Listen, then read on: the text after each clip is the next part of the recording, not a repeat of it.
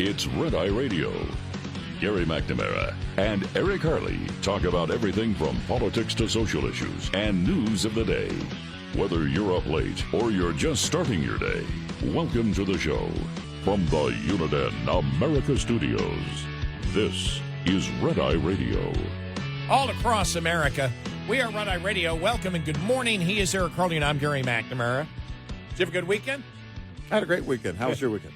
It was really, really good. I mean, some delays and cancellations. I thought for a little bit I wouldn't make it back to see Dad, but I did. I got no sleep for 24 hours or 28 hours. I had no sleep for. And so I made it up. And I'm telling you, even I was like, probably about noon today, am I going to be able to get to sleep? Because my sleep pattern, I got up at Saturday morning, I came back. So I was up at 3 a.m., 2:30 to catch a flight back. And then by the time I got home, had all these great plans. I always do when I get home. I was in the house by 10 o'clock in the morning, Saturday morning. All these great plans. Fell asleep at 11, woke up at 4 in the afternoon.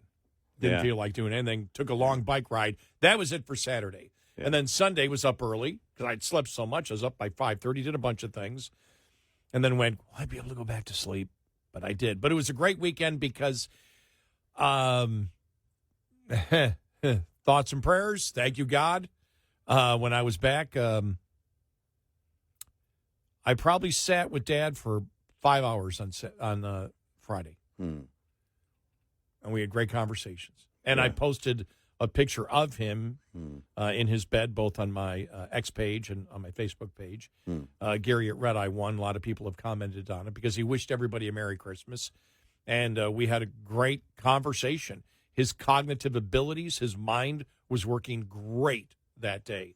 And if you would have ever told me when 10 years ago, 20 years ago, that one of the most joyous things I would ever experience would be in the midst of the tragedy of, my father slowly losing his cognitive abilities, slowly losing, the what made him him, which is his mind, and that one of the best things ever would be in that process where he could rarely ever, 99% of the time he's bedridden. Once every couple of months we might be able to get him into a wheelchair as we did Thanksgiving.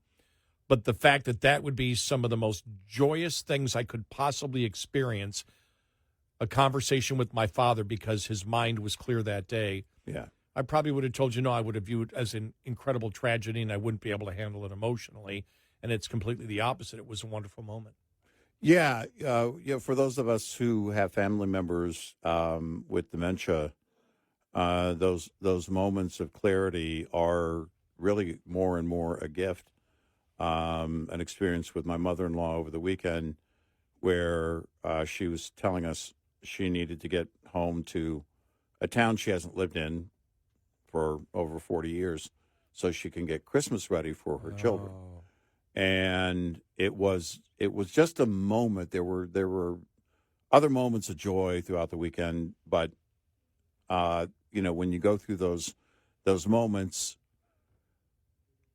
the redirection is hard. Typically, we just kind of change the topic and move on. And again, it's just part of going through that. But those moments of clarity, those moments of happiness and joy become more and more of a gift along the way.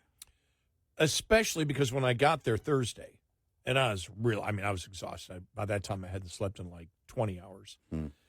And I just, said, hey, I'm coming over anyway. Yeah. And I came over, and my dad wasn't good. I mean, I couldn't get anything coherent out of him for 15 minutes. So I went back talking to my brother, and for a little bit, and he goes, I said, I'm going to take off, and I got to get some sleep. And, back to the hotel, and he said, we'll go in one more time. And my father was fine.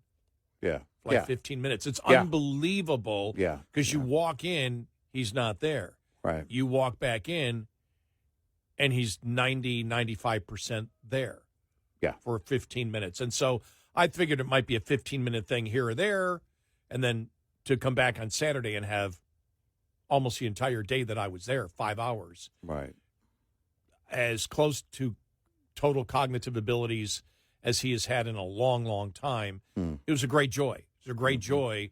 And I tell people all the time, and it just feels weird saying it, but I go back so I can get the last of my father's brain. And it just sounds so weird. It sounds so, in a way, cold, and it's not. It's just the reality. You want that. Well, our life is a series of moments. And with dementia, those moments for those with dementia go away. And then, in turn, those shared moments with their family members also disappear. And it becomes especially challenging, even in the moment where, like the recent case with my mother-in-law, we were at a restaurant. One person went to the restroom and came back, and she didn't know that person in just a 2-minute time span when that person returned. So it becomes more and more difficult to have those shared moments or those memories.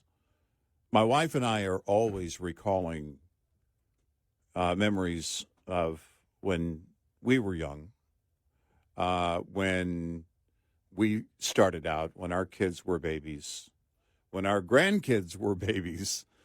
And every year I put together a calendar for her. It's pictures of the grandkids on every page. And if one of the grandkids has a birthday in that month, they get the entire page for themselves, and so I go through all these pictures, and I'm always going through the baby pictures and just looking. And if you think about it, it's, life's greatest moments are not just experiencing those moments, but also recalling those moments.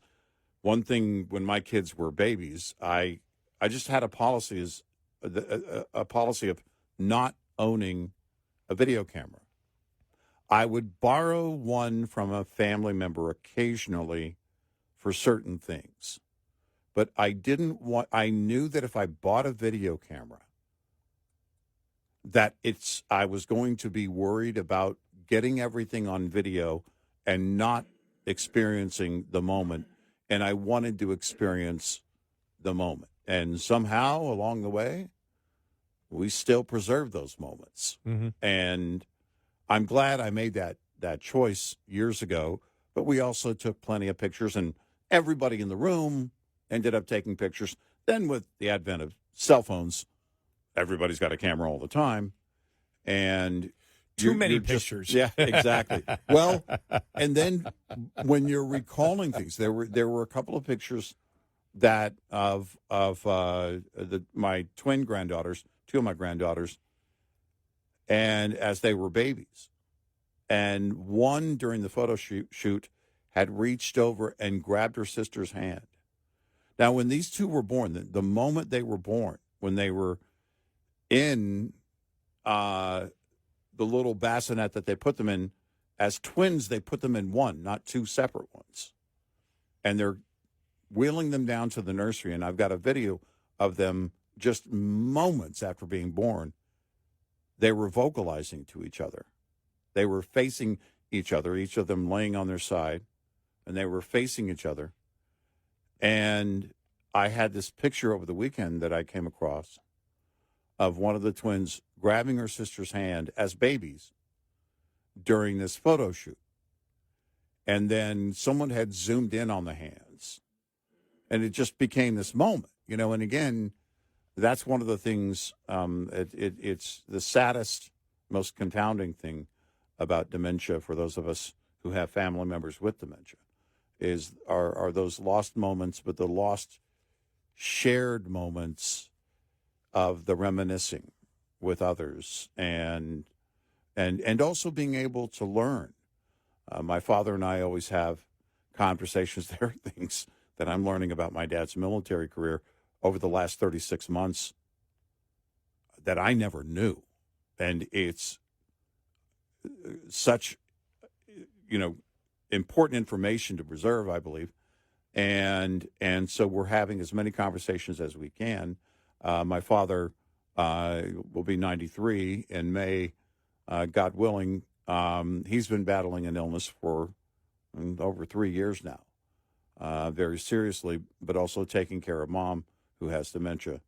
And those, you're trying to get everything in. So for you going back, trying to get every moment that you can with your father, is I think for any of us going through that is understandable. And I'm so appreciative that I have the ability to do that. I know that when I left in 97, I remember telling them, my parents, I said, I won't take a job anywhere unless, because this happens. I've seen it with relatives. You go away, you go to the opposite coast, you live down south, you see your parents once every 3-4 years. Mm-hmm. I just said, I'm not going to do that. Whatever job I get, I'm going to make sure it pays enough where travel's no problem. Mm-hmm. Now, really, the last year I've traveled more than ever before. Do you know that I've just passed a month and a half in hotels this year? Since March. Wow. In 9 months.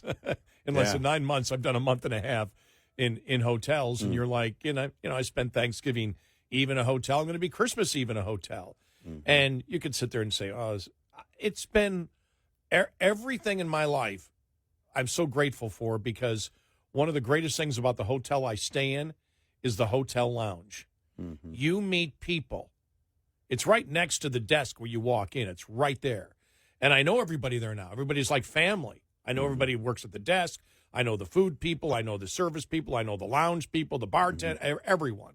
Mm-hmm. So I walk in, and I actually walk in now and say, honey, I'm home. They go, oh, Gary's here.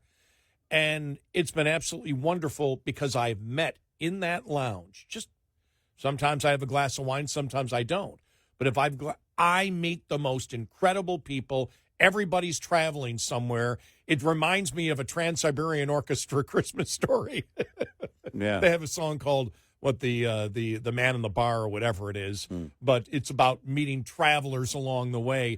And it's I have met the most fascinating people since March, and so everything has been in a way a positive experience. But I wanted to tell you one more thing that my father said that made us laugh, and I mentioned the email that we got from a listener who said, you and Eric, 20 years from now, I'll probably forget most of what you guys had to say, but I'll never forget, Gary, your father saying, DTJ, do the job. Yeah. I mean, stop whining, get the job done. Mm-hmm. And people, Gary, you're going to find out in life, people really want to be BS'd. Mm-hmm. He goes, those I remember. And I brought that up to my dad last time. I told him, hey, I got this email. And I said, DTJ, and he goes, no, it's not DTJ. It's DTJN. Well, DTJN, I've never heard you say that before. Well, of course I have. Do the job now. And he said it just like that. And we lost it. It was like three people in the room. We absolutely lost it. I'd never heard him say now before. I had never done that for me. Right. Well, this time I went in, and there's a thing in my family. My father used to be a great bicycle racer. He really was. If he hadn't married my mom, he might have gone to the Olympics like one of his best friends, Ted Smith, did. Way back, I think in the early 50s, is when he went. But there was one guy that he bicycle raced with, a guy by the name of Bob Stotz. And he would sit there and they say, Bob, you ready? And Bob would always respond, I'm ready when yous is. Yeah. And so this has become, it's every member of my immediate family. Yeah. It's like when you're going somewhere, someone will yell out, Bob Stotz? All right, I'll be right there. And it means I'm ready when you are. Yeah. It means you're at the door ready to go. Right. So I told my dad, I hadn't mentioned it in ages to him, and I said, Dad, when we say Bob Stotz, what does that mean? He looks at me and says, his eyes just slowly turn. He goes, I'm ready when yous is. Yeah. Yeah. Oh my God, yeah. Funny. Yeah, I love it. Oh, and I love it. And so that, with my mom passing away a couple of years ago, and the great response we got from our listeners, by the way, all offering their thoughts and prayers, which were wonderful. Sorry, James Tallarico, in Texas. But I've learned, and you can only learn it through experience, through going through it, that some of the most wonderful times and joyous times in your life come in the midst of tragedies of the people that are closest to you. Yeah. Yeah. And that's what I've learned. And you try to process it or explain it to somebody, and it's like people who have gone through and understand it, especially people that have dealt with dementia in their families. Right. They realize that. But thanks for all the people that have commented, because my father said Merry Christmas. Tell everybody Merry Christmas, Happy New Year. I put that on Facebook. I've got hundreds and hundreds and hundreds and hundreds and hundreds of responses. Yeah. And thank you so much for all the responses and the nice things you say about my dad. It means the world to me. Yeah, certainly. And I know it does to you too, Eric, Mm-hmm. when you get it. So, Yep. We are Red Eye Radio. Brought to you by FPPF, Fuel Power Max. It's a common road rumor that it's impossible for one-truck owner-operators and even carriers with just 2 or 3 trucks to get freight direct from the source, the shipper. Yet, hard-won experience from untold numbers of owner-operators with authority disproves the notion. Search your home base area and, later, frequent freight destinations to find all the manufacturers, distributors, and other shippers in the area. Once you get that list, ask yourself if those companies know who you are and what you do. If not, you're leaving opportunities on the table. Strive to own your backyard, to build a solid foundation for the business. For many a small fleet, it's the loads outbound from home that are the bread and butter. But you can take that same approach to the destination area, identifying shippers there and getting on the phone to make sure they know who you are and what you do. Owner-Operator Business 101 is provided by Overdrive's Partners in Business program. Go to overdriveonline.com to the Partners in Business section of the website for more detail on this and many other topics. Brought to you by Shell Rotella. With advanced synthetic technology is designed to help keep your rig running with more mileage and less maintenance. We'll be right back with more Red Eye Radio with Eric Harley and Gary McNamara.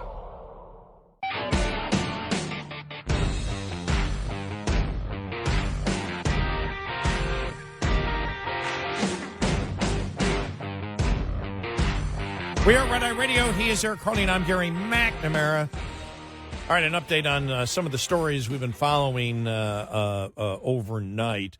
As we know, the Brown University shooting, they had a suspect, person of interest, a suspect that they were interrogating. They have released him. Here is the Rhode Island Attorney General late last night. Certainly there was some degree of evidence that pointed to this individual. But that evidence needed to be corroborated and confirmed. And over the last 24 hours, leading into just very, very recently, that evidence now points in a different direction.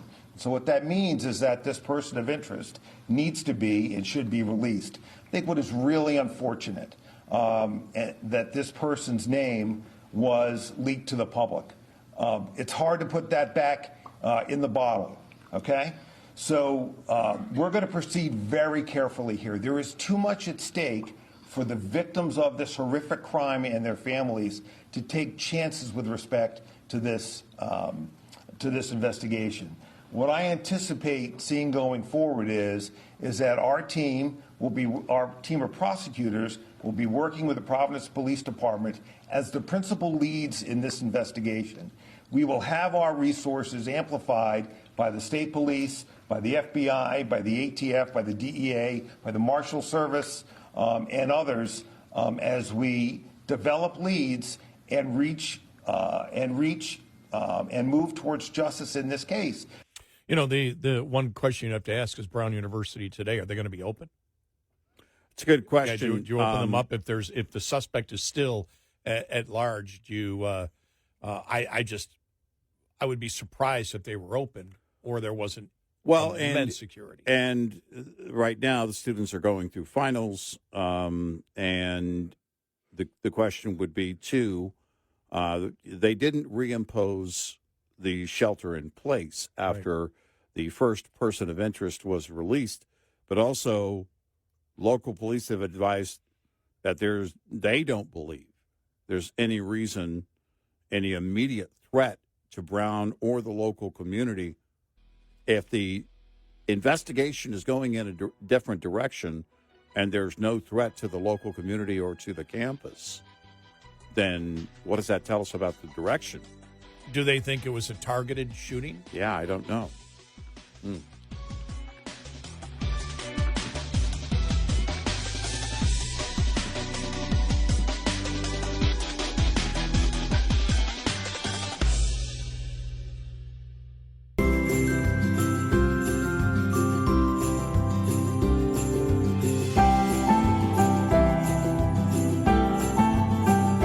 This holiday season, give the gift of the Red Eye Radio app. Merry Christmas from Gary McNamara and Eric Harley. Red Eye Radio.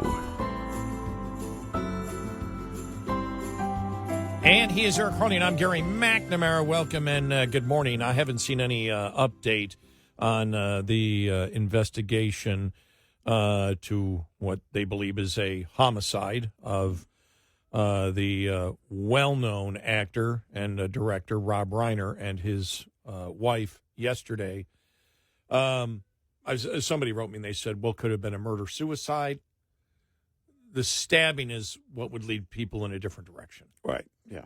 Number one, initially. Right. Yeah. And then how the wounds, they could, how the bodies are positioned and, whatever. Right. Where if the knife is there. But I don't think you see a lot of murder-suicides that are done with knives. Not that it doesn't happen, but right.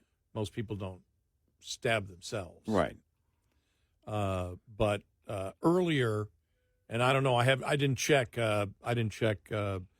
People magazine that earlier had said that sources are saying the son did it. Right. And that would be his son with his late wife, Penny Marshall. Mm-hmm. Right. Nick Reiner is his son, and at people.com, there has not been an update for a little over 3 hours. It was right about 3 hours ago, the last time their story was updated, and their headline reads, Rob Reiner and his wife, Michele, were killed by their son, and then in parentheses, exclusive sources. So, right. Police also a few hours ago are saying we do not have any suspects at this moment, and they interviewed a family member. Right. But when there is the identity of when they can say essentially clearly this was the crime and the nature of the crime, and we have a suspect, we can name that person at that time. Don't know. They didn't say even person of interest. Right. Which gets into a very clear, as apparently what's going on with Brown, the shooting at Brown University. All of this goes back, to the Olympic bombing and Richard Jewell. And when they were saying suspect, and he was never a suspect, beyond that point, the media started using the authorities started using person of interest, someone we would like to talk to. Person of interest in people's minds quite often leads to suspect, but the name, as you just heard from the audio cut we played regarding the Brown University shooting, of the original person of interest, what got out there in the media was being reported. And as they were saying, you can't put that back in the bottle. You can't undo that. And the direction of the investigation is very different now, so they don't consider that person a person of interest any longer. So you have to be very careful. The authorities have to be very careful. The media always wants to get in, quite often wants to be first. Here on Red Eye Radio, we're going to tell you what the media is reporting. We ourselves aren't reporters. We don't have sources.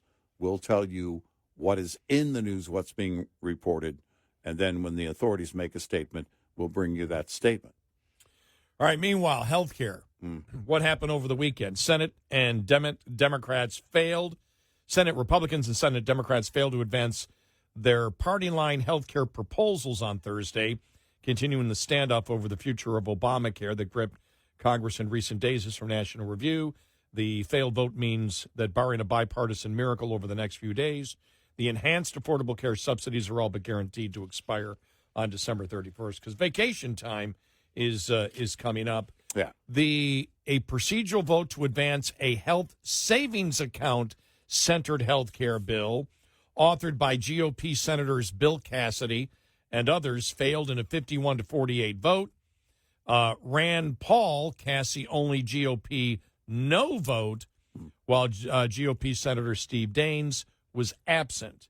The bill would direct the Department of Health and Human Services to put as much as $1,500 into HSA paired with bronze or catastrophic plans on the Obamacare exchanges in 2026 and 2027. According to the readout of the legislation, the GOP leadership-backed bill would not cover gender transition or abortion procedures and would not extend the Enhanced Affordable Care Act subsidies, which are created by Democrats and are set to expire by the end of the month. Senate GOP leaders spent recent weeks accusing their Democratic colleagues of refusing to negotiate in good faith. Also on Thursday, Senate Democrats failed to advance their clean 3-year extension of the ACA subsidies in a 51-48 vote. Now get ready for this now. The Democrats failed to advance their clean extension for 3 years. Nothing else except extend the subsidies for 3 years. The Republicans had voted for it. Murkowski and Sullivan of Alaska, Josh Hawley of Missouri, and Susan Collins of Maine joined a united Democratic caucus in backing the legislation. We've always told you that Josh Hawley fiscally is a liberal. This is more evidence of that. Yeah. Yep. He wishes government to have a much bigger part of your life than any conservative libertarian that I know. And we've talked about how he wishes to do things like he's the one that pushed the, it's not going anywhere, but he's the one that pushed that credit card companies would only be able to charge 10% interest. Yeah, right. What was the other thing he did that we disagreed with? There was something else. It was like, come on. Yeah, there were a couple of things. A couple of things. But yeah. Here, no cutting back, no solving any problems, just hand the money out, keep Obamacare moving from Josh Hawley. Yeah. And it's just important to, I think, everybody to know that. Meanwhile, you've got, I just love this, Senator Bill Cassidy called on Congress to pass the legislation addressing expiring subsidies offered on the ACA, regardless of who gets credit. Good policy is good politics. He told News Nation, let's not have a Republican plan or a Democrat plan. Let's have a blah, blah, blah, blah, blah, American plan, blah, blah, blah, blah, blah. If we address it, I don't care who gets the credit, blah, blah, blah, blah, blah. Now, Cassidy promoted, as we all know, the plan that is more to our liking. But he said that a deal could be made on the ACA subsidies by the end of the year. He expressed cautious optimism about a bipartisan compromise on extending Enhanced Affordable Care Act subsidies for a select group of Americans before the tax credits expire at the end of the year. Is it going to be what we said? Are we going to be right on this? What we predicted? That there will be an extension of the subsidies for most people? Yeah, I think so. With a little bit of reform here or there? Just tiny movements of reform that will really not be anything significant. Yeah. No, that's exactly what I've been counting on all along. Here it is. The chair, and by counting on, I mean I'm counting on the Republicans to disappoint me. In an interview on CNN's State of the Union, the chair of the Senate Health, Education, Labor, and Pensions Committee said talks are underway on a deal that would couple a GOP proposal for health savings accounts with the version of the Democrat proposal that would temporarily extend the tax credits. Yeah. No, I think I think they'll want to get it off the table.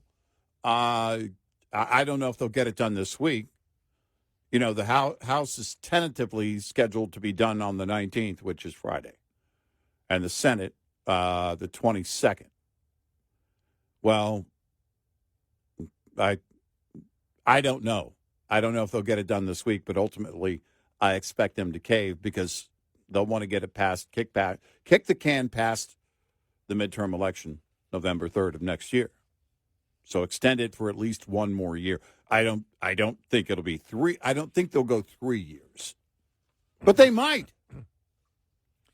He said, let's go ahead and not give the profit to the insurance company, but the protection to the patient by giving them access to an account, a wallet, a purse, a pocketbook. Oh, stop with this. If you will, that would have to pick your family $1,000 to $5,000 to pay those initial expenses, but also do something on the premiums that may be a temporary extension of the enhanced premium tax credits to address it for those who really have high expenses. So they're thinking of $1,000 to $5,000 a year for the even if you give it to people themselves. Yeah, that's why do I have this feeling that when you combine the both, we're going to spend more money? No, I think that would be right out of the playbook for the GOP. Pretend like they're being fiscally conservative and making progress in that direction, and they're doing quite the opposite. I think there's a deal that could be done. Yeah. Well, of course, there's a deal that could be I done. haven't heard the words or the word framework yet. Oh. Yeah. I think there's a deal that could be done. Again, the clock is ticking. Now, the House could stay through the weekend. Highly doubt it. The Senate could stay past the 22nd. That's not going to happen. They're not going to get it done. I really don't think they're going to get it done unless they just, at the end of this week, go, oh, okay, one more year. Which is ultimately what I think they're going to do anyway. They're going to cave. Get it done, get it over with, and hope that most people get drunk between now and the midterms that begins in January. I really think, because it sounds like what we said they were going to do last week, which is allow, you may sit there and lower it to 200 people under 200,000 will get the subsidies, but people over don't. Okay, that might happen. I can see that the Democrats agreed to something like that. I saw the number 210,000 for a family of 4. Okay. I guess assuming that the children don't work. And it also... And that's almost a guarantee. One proposal was also under the age of 60 and over the age of 60. Up to the age of 60, it would be $1,000 a year. And over the age of 60, it would be $1,500 per year. For what? Would that be for the HSA plan? But what I think they're going to do is, the only way they're going to get the Democrats to agree to it is that the HSA would be voluntary. So if you wish to go the HSA route, you could, but the subsidies would be available to anybody on Obamacare who wanted to stay with Obamacare. That's what we said last week. We believe the compromise will be. That to me, reading what Cassidy said, is exactly that point. And because the Democrats aren't worried, they believe most people won't go to the HSA. Most people just like the fact of, I'm just going to take the subsidies for Obamacare and it's cheaper. I don't care. Right. You're putting their, as you said, you're giving them more homework. Yeah, you're giving them more homework and more responsibility. Because it becomes a process. They've got to take that money. Now that, okay, how do I set up my account? Where is my account? How do I access my account? How do I pay that premium? How do I know that premium is being paid and I'm getting the coverage that I'm supposed to be getting? You're giving them work to do. Because if in the end it's the same, why would you believe for a moment that the people in these situations are going to become fiscally conservative and start, again, changing the effects of Obamacare, which is the rising cost of Obamacare? It's not going to, they don't care. As long as they don't have to pay, they're going to go the easy route. We are Red Eye Radio. Coming up, more with Gary McNamara and Eric Harley. It's Red Eye Radio.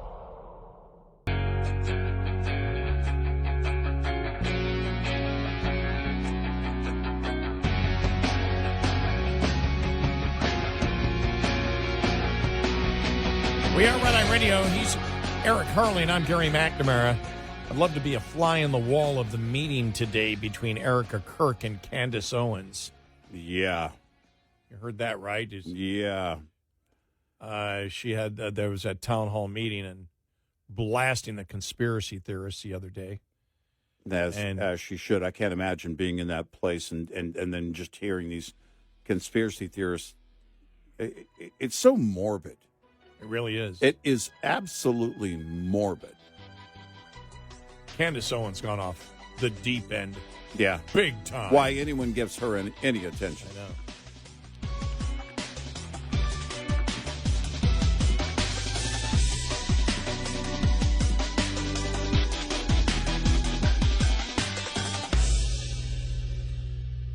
This is Red Eye Radio on Westwood One.